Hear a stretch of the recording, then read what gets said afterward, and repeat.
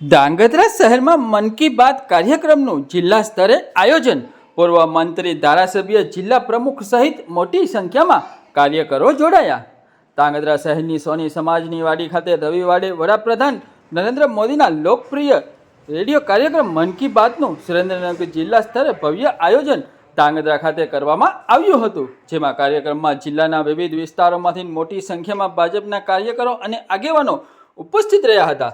આ કાર્યક્રમમાં પૂર્વ કેબિનેટ મંત્રી આઈ.કે. જાડેજા, ધારાસભ્ય પ્રકાશભાઈ વરમોરા, જિલ્લા ભાજપ પ્રમુખ હાર્દિકભાઈ ટમાલિયા સહિત જિલ્લા સ્તરના આગેવાનો અને કાર્યકરો ઉપસ્થિત રહ્યા હતા અને મન કી બાત કાર્યક્રમ નિહાળવામાં આવ્યો હતો. ધાંગધ્રા શહેરમાં વડાપ્રધાન માનનીય નરેન્દ્રભાઈ મોદીનો મન કી બાતનો કાર્યક્રમ લાઈવ કરવામાં આવ્યો હતો. ખૂબ મોટી સંખ્યામાં કાર્યકર્તાઓ, સામાજિક સંસ્થાઓ, સંતો, બહેનો, યુવાનો બધા જ આ મન કી બાતના કાર્યક્રમમાં જોડાયા હતા. ગુજરાતમાં સુરેન્દ્રનગર જિલ્લાને પસંદ કરીને સુરેન્દ્રનગર જિલ્લામાં ધાંગધ્રા શહેરને મન કી બાતના કાર્યક્રમ માટે જ્યારે પસંદ કર્યો છે ત્યારે આજે નરેન્દ્રભાઈ મોદીએ અનેક પ્રકારનું માર્ગદર્શન દર મહિને જે પ્રકારે આપે છે એ જ પ્રકારે આપવાનું કાર્ય કર્યું છે. એમને સ્પોર્ટ્સની વાત કરી છે, એમને જ્ઞાનની, વિજ્ઞાનની વાત કરી છે, એમને સામાન્ય લોકોને સહજ સમજ સાથે ગરમીના દિવસોમાં કેવી રીતના કાર્ય કરવું એની પણ વાત કરી છે.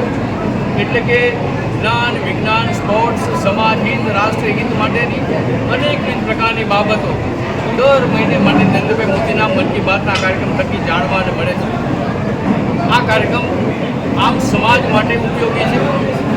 આ કાર્યક્રમ સમાજ હિતમાં કાર્ય કરતા દરેક લોકો માટે ઉપયોગી છે અને દેશના ઘડતરમાં પ્રત્યેક પેઢીને એક નવો વિચાર પ્રાપ્ત થાય, નવી પ્રેરણા પ્રાપ્ત થાય, એના પ્રકારનું માર્ગદર્શન પ્રાપ્ત થતું હોય છે. આપણે જોયું છે કે એમની મન કી બાતના કાર્યક્રમમાંથી અનેક લોકોએ પ્રેરણા લઈને, અનેક સંસ્થાઓએ પ્રેરણા લઈને અનેકવિધ પ્રકારના સમાજ હિતના, રાષ્ટ્ર ઘડતરના કાર્યો કર્યા છે.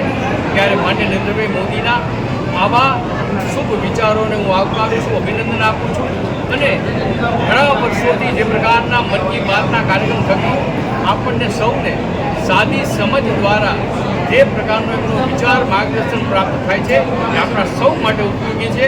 આપણે દર મહિને મન કી બાતનો કાર્યક્રમ સાંભળીએ અને કાર્યક્રમ થકી આપણા વિસ્તારમાં, આપણા ક્ષેત્રમાં પણ કોઈને કોઈ સમાજ હિત માટેનું કાર્ય કરવા જોડાઈએ.